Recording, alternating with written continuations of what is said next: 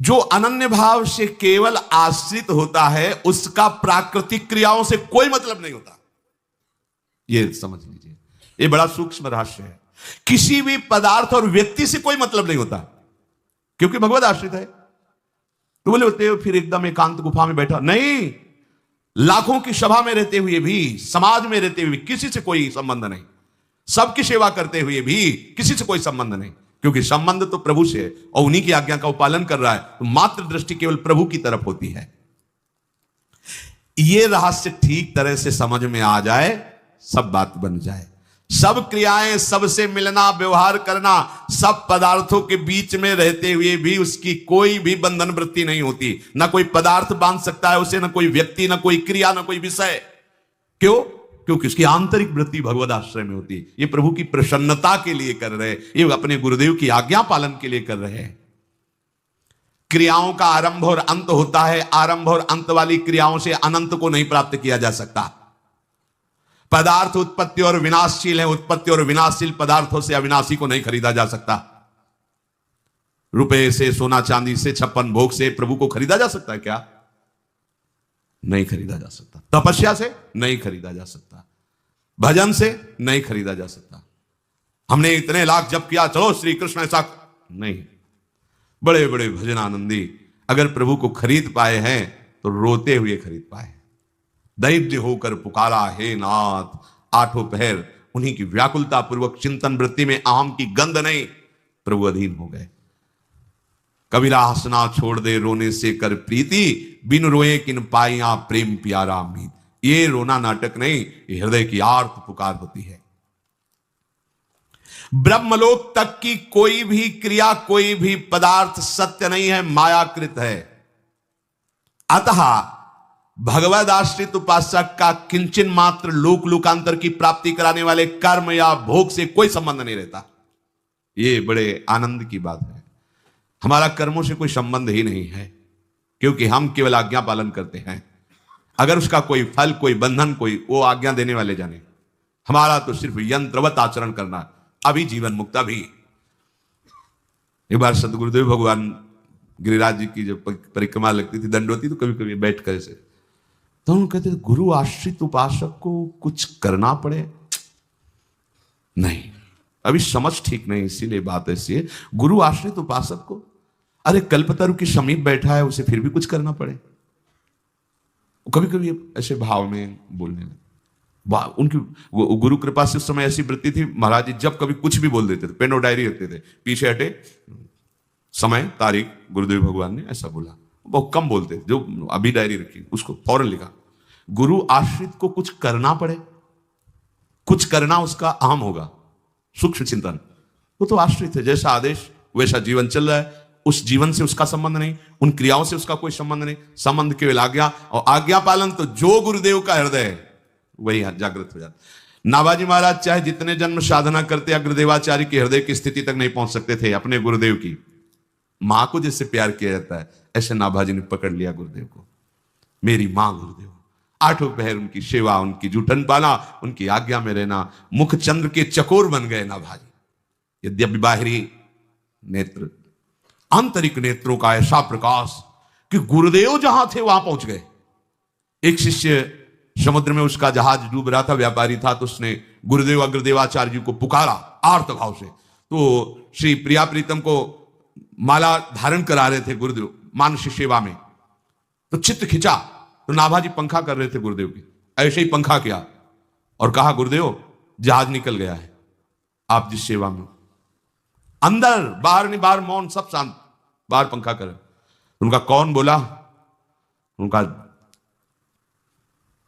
जिसको अपनी जूठन से पोषित किया। ये नहीं कहा मैं बोला, जिसको आपने अपनी जूठन से पोषित किया है। जब सेवा से निवृत्त हुए तो उनका, भगवान ने तुम्हें ऐसी अमोघ शक्ति दी है, इसका और विस्तार करो। जितने भी महाभागवत हुए उनके चरित्रों को तुम लिखो। गुरुदेव हमारी सामर्थ्य है, हमारी सामर्थ्य के हम कैसे जानेंगे कि कबीरदास जी का जीवन क्या रहा, अमुक महापुरुष का। बोले जिस समय तुम जिन महापुरुष का चिंतन करोगे वो स्वयं आकर अपनी जीवनी बताए। ये जो अमोघ स्थिति प्राप्त हुई, ये केवल जैसे छोटा बच्चा अपने मां के अधीन होता है, ऐसे अपने गुरुदेव के अधीन थे। वो स्थिति तात्पर्य यह हुआ कि हमें ब्रह्मलोक तक की किसी साधन से मतलब नहीं, किसी विषय से मतलब नहीं, किसी स्थिति से मतलब नहीं, किसी लोक से मतलब नहीं। जो आज्ञा हो रही हम उसका आश्रय लेकर पालन कर रहे हैं, इसी से हमें जरा मरण मोक्षाय, वो परम स्थिति, अविनाशी स्थिति। बातें बनाना अलग चीज होती है, आंतरिक स्थिति आना अलग चीज होती है। माया के टक्कर को, माया के प्रहार को स्थितिवान सह सकता है, बात बनाने वाला नहीं सह सकता। समझना, ये छोटी मोटी बातें नहीं है। जब प्रहार होगा काम क्रोध का तो चकनाचूर हो जाओगे। अगर स्थिति है तो मुस्कुरा के सह के निकल जाओगे। स्थिति गुरु कृपा ही केवलम, केवलम गुरु कृपा ही केवलम। तात्पर्य हुआ कि आश्रय लेकर के जो आज्ञा पर चलता है उसे पूर्ण ब्रह्म का बोध हो जाता है, अध्यात्म का, जीव को अपने स्वरूप का बोध हो जाता है और कर्म के वास्तविक रहस्य को जान जाता है। शादि भूतादि दैवम माम शाधि यज्ञम चये विदुः प्रयाण काले पिच माम ते विदुर्युक्त चेतसः। जो मेरे आश्रित हो जाता है वो अधिभूत को जान जाता है, अधिदैव को जान जाता है और अधियज्ञ को जान जाता है। जो मुझे अपना जीवन समर्पित कर देता है तो वो अधियज्ञ को, अधिदैव को, अधिभूत को मेरे सहित जान जाता है, क्योंकि उसने चित्त मेरे में लगाया है। तो प्रयाण काले पिचमामते विदुर्युक्त चेतसः, अंत काल में वो संपूर्णतया मेरे ही चिंतन में तन्मय होता है और मेरे को ही प्राप्त हो जाता है, सब कुछ जान जाता है। शादिभूतम शादिभूतादि दैवम माम शाधि यज्ञम च ये विदुः। भूत आदि भूत, भूत माने पांच भौतिक, जितनी मायाकृत रचना है वो सब अधिभूत है। जितनी मायाकृत रचना आपको दिखाई दे रही है सब नाशवान है। गो गोचर जहां लग मन जाई सो सब माया जानो भाई। जहां तक तुम्हारा मन जा रहा है, जहां तक तुम्हारी इंद्रियां जा रही, जो तुम्हें दिखाई दे रहा है सब मायाकृत है। ये सब नष्ट होने वाला है, सब परिवर्तनशील है। जितनी भी ये भौतिक सृष्टि है ये क्षण मात्र में नष्ट होने वाली, इसका कोई स्थायित्व तो नहीं है। आपका शरीर और बाहर जितना कुछ देखो, किसी भी क्षण कुछ भी नष्ट हो सकता है। यह बात जब आपके दिमाग में बैठ जाएगी तो आपको कुछ अच्छा नहीं लगेगा, कहीं आपको कुछ भी प्रिय नहीं लगेगा। अब बात बन गई, देखो राग रहित होना शुरू हो गए। यही सत्संग है, सब कुछ नाशवान। ये बहुत भाग्यशाली उपासक के चित्त में बात बैठती है। मन जहां जहां जा रहा है ये भी तो नष्ट हो जाएगा, ये भी नष्ट हो जाएगा। इसी ने गर्भ से भगाया था, इसी चिंतन ने, इसी चिंतन ने भगा। ये तो नहीं पता था कि भाई अधिभूत, अधिदैव, अधियज्ञ नहीं। तो सरल भाषा में भगवत प्रीति बात आती थी, मां मर जाएगी, पिता मर जाएंगे, ये सब परिजन मर जाएंगे, मरने वाले। तो मेरा कौन है? कौन है जिससे हम प्रेम करें, जो हमारे पास बना रहे? पता नहीं कब ये मर जाए, ये शरीर छूट जाए, कैसे, क्या है ये? व्याकुलता बढ़ते, ये कक्षा 5 में आई थी, व्याकुलता बढ़ते बढ़ते 9 तक पूर्णांक में आ गया, भगा दिया संसार से। अगर ये चिंतन हमारे दिमाग में बैठ जाए कि जितनी सृष्टि की रचना तिनके से लेकर ब्रह्मा तक कभी भी नष्ट हो सकती, क्षण में परिवर्तनशील, ये सब नष्ट होने वाली। किससे प्यार करूं यहां, किससे अपनापन करूं? अभी राग रहित होना प्रारंभ हो जाए। पर इतनी छोटी बुद्धि है, सामने विषय देख करके सब विवेक नहीं धारण करती, बस भोग लो सुखी हो जाओ। अच्छा भोग लिया तो क्या सुखी हो गए क्या? जलन तो और बढ़ गई ना, कामना और बढ़ गई। ये कैसा जादू हुआ? ये भूत के लड्डू ना खाए तो जले और खाए तो जले। जब दोनों भांति जलना है तो एक भांति का जलना ऐसा स्वीकार करो जिससे जलन शांत हो जाए, वो है ना खाना। दोनों भांति से जलन, उभय भांति देखे तब मरना, दोनों तरफ मरूंगा। अगर प्रभु के पास जाके हिरण बनता हूं तो मारा जाऊंगा, और ना कहता हूं तो चंद्रहास से गला काट देगा रावण। उभय भांति देखे जब मरना तब ताके रघुनायक। मरना है तो इस राक्षसी वृत्ति वाले के हाथ से क्या, प्रभु के हाथ से मरे। तो जलना है दोनों तरफ, इधर भी चलेंगे तो जलना है, इधर भी चलेंगे तो जलना है। तो अंतर क्या है? इधर चलेंगे तो ज्वाला में ज्वाला बढ़ती चली जाएगी, और इधर चलेंगे तो हर कदम में जलन शांत होती चली जाएगी। इधर ठीक है, तब ताके रघुनायक शरण। चलो प्रभु की तरफ चलते हैं। जलन तो तुम दोनों तरफ है, एक तरफ कुछ दिन की जलन बर्दाश्त करके महाशांति, परम शीतल, यहां कुछ भी स्थायित्व तो नहीं है। इस सृष्टि में जो सुख रूपता भासती है, आकर्षण भासता है, अच्छापन लगता है, वो प्रभु का है, कृष्ण का आकर्षण है। इसमें कोई सत्य नहीं, कोई स्थिरता नहीं, परिवर्तनशील। पर जो सत्य सा भास रहा है, जो अच्छा लगता है, जो प्रियता लगती है, वो श्री कृष्ण है।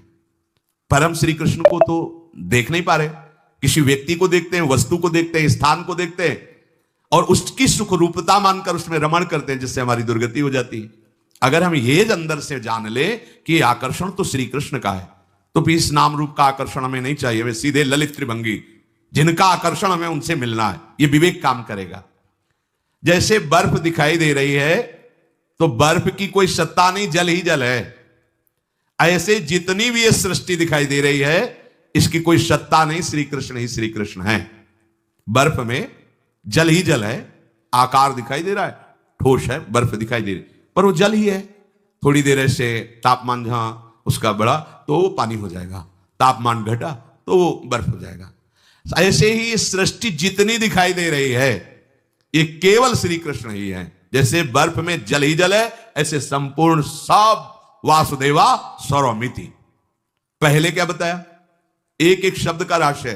पहले बताया जो कुछ भी देख रहे हो सब नाशवान है, इसमें स्थायित्व तो कुछ नहीं, सब परिवर्तनशील, झूठा मानो। पहली बात तो जितना तुम्हारा राग है हटा।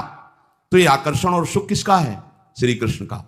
जैसे बर्फ में जल ही जल, ऐसे संपूर्ण सृष्टि भगवत स्वरूप श्री कृष्णमय। अब अगर हम पहले ये बात रख लेते हैं और हमारा राग भोगों की तरफ है, तब तो फिर क्या हटने की क्या बात? भैया आप श्री कृष्ण से ही मिल रहे हैं, हम जो जो भोग भोग रहे हैं श्री कृष्ण साहब वासुदेवा सर्वमिति। अब हमको किससे वैराग्य धारण करना है? भगवान ही तो है, बड़ा चतुर मन है, फंसा देगा। इसलिए पहली बात समझो, जो कुछ भी देख रहे हो, जो कुछ भी यहां से ब्रह्मलोक तक है, सब नाशवान। इसका बताने का मतलब राग हटाओ। इससे राग हटाया, वैराग्यवान हुए। अब देखो इसमें जो आकर्षण और सुख रूपता है वो श्री कृष्ण, इसलिए वासुदेवा सर्वमिति। अब जाके समझ में आएगा, राग रहित अर्थात वैराग्यवान पुरुष को ही ये ज्ञान होता है, वासुदेव भोगी को नहीं। भोग के लिए तो पहले त्याग, त्यागाच्छांतिरंतरम, शांत हो, पहले शांत होकर बैठो, त्यागाच्छांतिरंतरम, अब चिंतन करो सर्वत्र श्री भगवान है। यह है अधिभूत।